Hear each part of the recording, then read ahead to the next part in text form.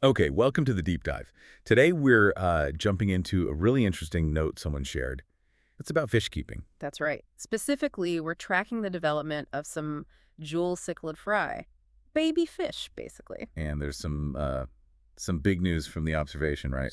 What's the main point? Yeah, the key thing is that these fry have hit the juvenile stage. They've made that transition. Juvenile stage. So they're not tiny babies anymore. What does that look like? Well, the note says they're now independently swimming up to the surface, in their outdoor setup, actively looking for food themselves. Ah, so they're fending for themselves now, food-wise. Exactly. That independence is a big step. And the observer noted a couple of clear indicators. Like what? Their size, for one, they're apparently around 2 to 3 centimeters now. Okay, 2 to 3 centimeters. Noticeable growth then. Definitely. And the other thing is their color. They're starting to show that typical vibrant Jewel Cichlid coloration. Oh, nice. Those reds and blues starting to pop. Must be pretty cool to see. Yeah, it's a visual sign of them maturing. So looking at the timeline in the note, when did this start? These were first seen when? The note says early February. That's when they were first spotted as tiny fry. Early February. Right. Okay, so February, March, April, May. We're talking about 4 months then. Roughly. Yeah, about 4 months for them to go from those first sightings to this independent juvenile stage. 4 months. Now, is that typical or? Well, that's actually one of the interesting points in the note. The observer mentioned this 4 month time frame was maybe a bit slower than you might usually expect for Jewel Cichlids. Slower? Okay, that's interesting. Why would that be? Did the note suggest a reason? It did, yeah. The likely culprit seems to be the feeding schedule. The feeding. How so? These fry were apparently only being fed once per day. Once a day. For little growing fish, that Oh, sounds maybe not super frequent. yeah, that's kind of the point. If you compare it to, like, commercial fish farms, the note mentions they might feed young fish, 6 times a day sometimes. 6 times. Wow, okay.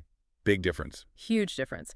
So the thinking is that feeding frequency really impacted their growth rate.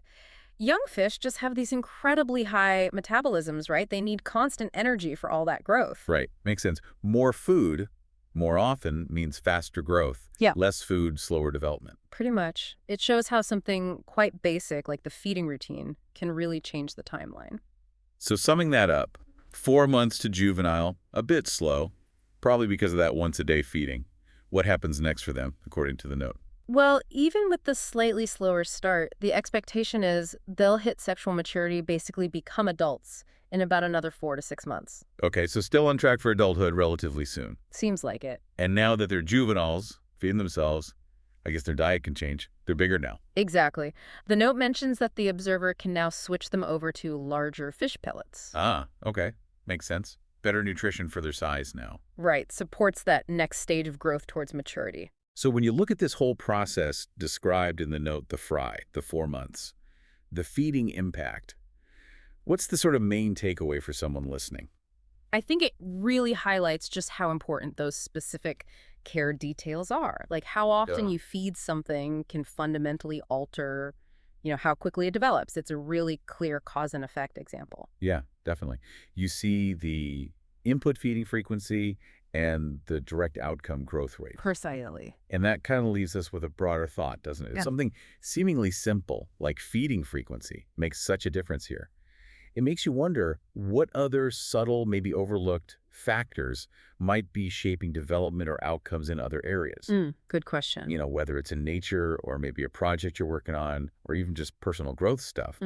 What are those hidden frequencies or inputs that might be quietly steering the results? Yeah, what are the less obvious levers that have a big impact? It's definitely something to think about. Absolutely.